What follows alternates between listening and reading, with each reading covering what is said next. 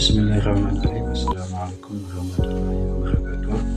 Perkenalkan, saya Zainul Hadi, mahasiswa PJJ PAI UIN Cyber Jati semester 5. Nah, pada kesempatan yang berbahagia pada kali ini, saya akan membawakan sebuah materi tentang bagaimana menjadi pendidik yang baik atau bagaimana menjadi seorang guru yang profesional. Nah, untuk menjadi seorang pendidik yang profesional itu sangat mempunyai banyak syarat dan tidak gampang, sehingga oleh karena itu dengan proses pendidikan yang lumayan panjang, mulai dari SD, SMP, SMA maupun S1 sampai dengan kita mengikuti yang namanya pendidikan profesi guru, sehingga oleh karena itu menjadi pendidik itu sangat menjadi beban yang sangat besar, akan tapi sering digenapi. Nah, oleh karena itu idealnya kita sebagai pendidik sesuai dengan Undang-Undang Nomor 14 Tahun 2005 tentang profesi guru dan dosen, bahwa di sana dikatakan bahwa untuk menjadi pendidik yang profesional setidaknya memiliki sikap atau memiliki kompetensi pedagogik, sosial, memiliki kompetensi profesional, dan memiliki kompetensi kepribadian. Hal itu digunakan untuk apa? Untuk bagaimana menjadikan peserta didik kita menjadi anak-anak yang terampil atau anak-anak yang bisa menjadikan Indonesia ini maju dan berkembang untuk 10-15 tahun yang akan datang. Nah, permasalahan yang kedua adalah setelah kita menjadi bagaimana menjadi guru yang profesional atau bagaimana menjadi pendidik yang baik, maka bagaimana teknik-teknik kita seorang pendidik untuk menciptakan kelas itu menjadi suasana yang kondusif. Nah, bahwa sesungguhnya untuk menjadikan lingkungan belajar yang efektif dan kondusif itu, sebagai seorang pendidik kita harus bisa menciptakan kelas itu menyenangkan, bukan menjadi kelas yang seram, atau bagaimana supaya kelas itu menjadi kelas yang tidak mengasihkan, sehingga akibatnya apa? Salah satunya peserta didik kita itu malas untuk datang belajar atau malas untuk masuk kelas. Dan yang selanjutnya untuk membangun suasana kelas yang kondusif dan menyenangkan itu dengan menciptakan hubungan antara pendidik dan peserta didik, karena sesungguhnya kalau tidak ada itu maka akan menyebabkan diskomunikasi antar keduanya, sehingga kalau terjadinya diskomunikasi maka mengakibatkan pembelajaran di kelas itu tidaklah berjalan efektif, karena peserta didik malas masuk, guru juga itu malas masuk, sehingga yang terbengkalai adalah anak-anak, dan kita juga sebagai pendidik itu merasa dirugikan.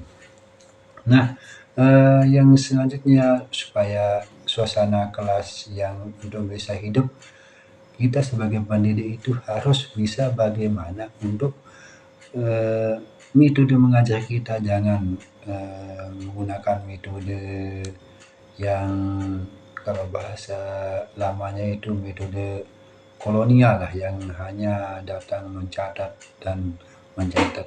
Nah, apalagi yang terlebih daripada zaman yang sekarang ini yang sudah dikatakan zaman revolusi industri atau yang sudah dikatakan maju, maka menjadi pendidik itu harus bisa memanfaatkan media-media yang disediakan maupun teknik-teknik mengajar yang sudah diciptakan oleh para ahli-ahlinya untuk bagaimana mengajar itu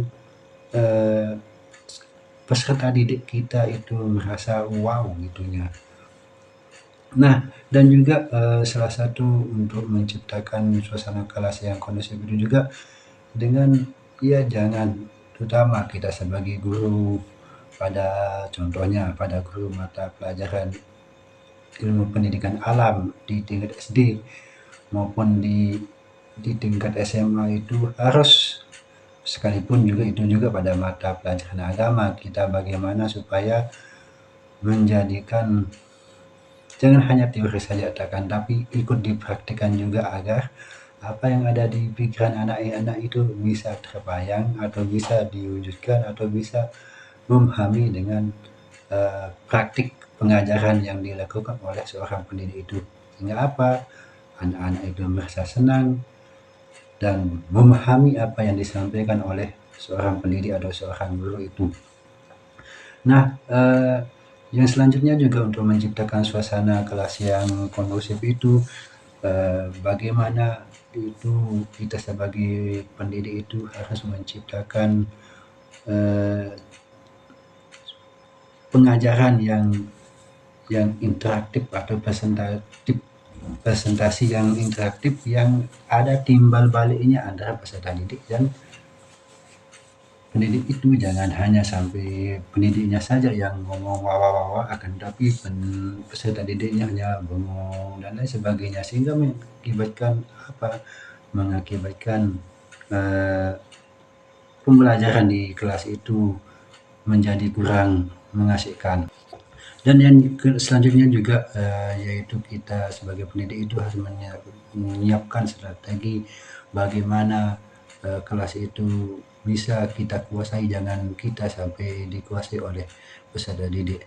Dan sebenarnya ya kita bagaimana melakukan pendekatan psikologis, penggunaan teknologi, pendekatan emosional, dan apa yang sudah kita pelajari itu harus kita evaluasi supaya kekurangan kita di belakang hari itu kita bisa di pertemuan-pertemuan selanjutnya kita bisa menutupi atau kita bisa menyempurnakannya.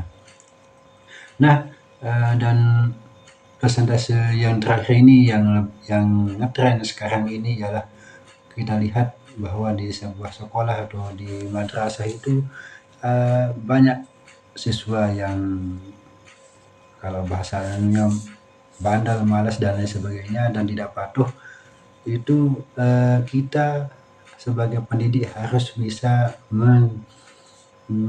mencari solusi supaya bagaimana anak-anak yang bandel, yang nakal dan lain sebagainya itu bisa kita atasi. Jangan hanya kita tawakal saja, ya itu memang dia diciptakan malas untuk sebagai ada siswa yang ketinggalan dan sebagainya, tidak. Akan tapi kita sebagai pendidik itu harus bisa mencari solusi.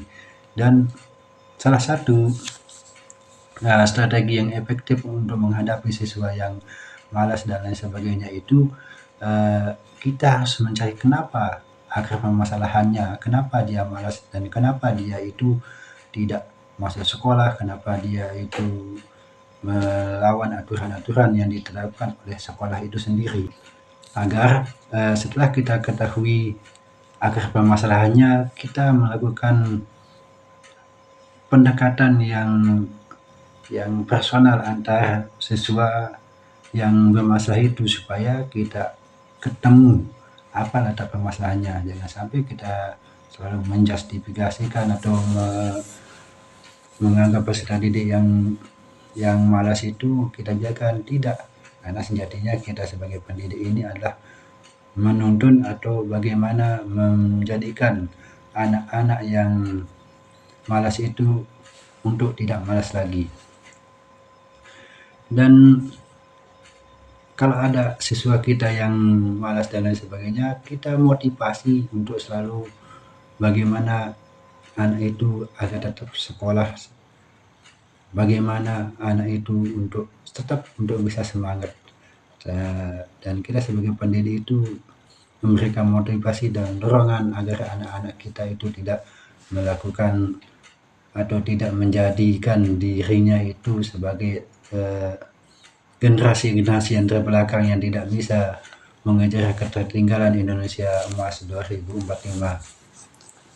Nah, dan juga banyak sekali pendekatan-pendekatan yang kita bisa atau strategi yang kita bisa lakukan sebagai pendidik itu kalau ada siswa-siswi kita yang malas dan lain sebagainya. Seperti ya kita menciptakan panggil guru BK-nya untuk melakukan teknik konseling, manajemen perilaku dengan pengembangan minat, dan kita sebagai pendidik itu menciptakan teladan atau kebiasaan yang baik dan menggunakan pendekatan psikologis agar anak-anak itu, anak yang kita hadapi di kelas maupun di sekolah itu tidak melakukan hal-hal yang di luar batas apa yang ada sudah di ketentuan di sebuah sekolah itu. Mungkin sebatas ini jadi tema atau identik bagaimana menjadi kita sebagai pendidik atau sebagai guru yang profesional. Mungkin itu hanya ulasan-ulasan sederhana dari saya sendiri. Mungkin kalau ada kurangnya atau ada ya karena kita sebagai manusia yang masih dalam tahap pembelajaran, al-insan ma'al khata' wan nisyan. Sekian, wallahu muwaffiq wal hadi ila sabilillah. Assalamualaikum warahmatullahi wabarakatuh.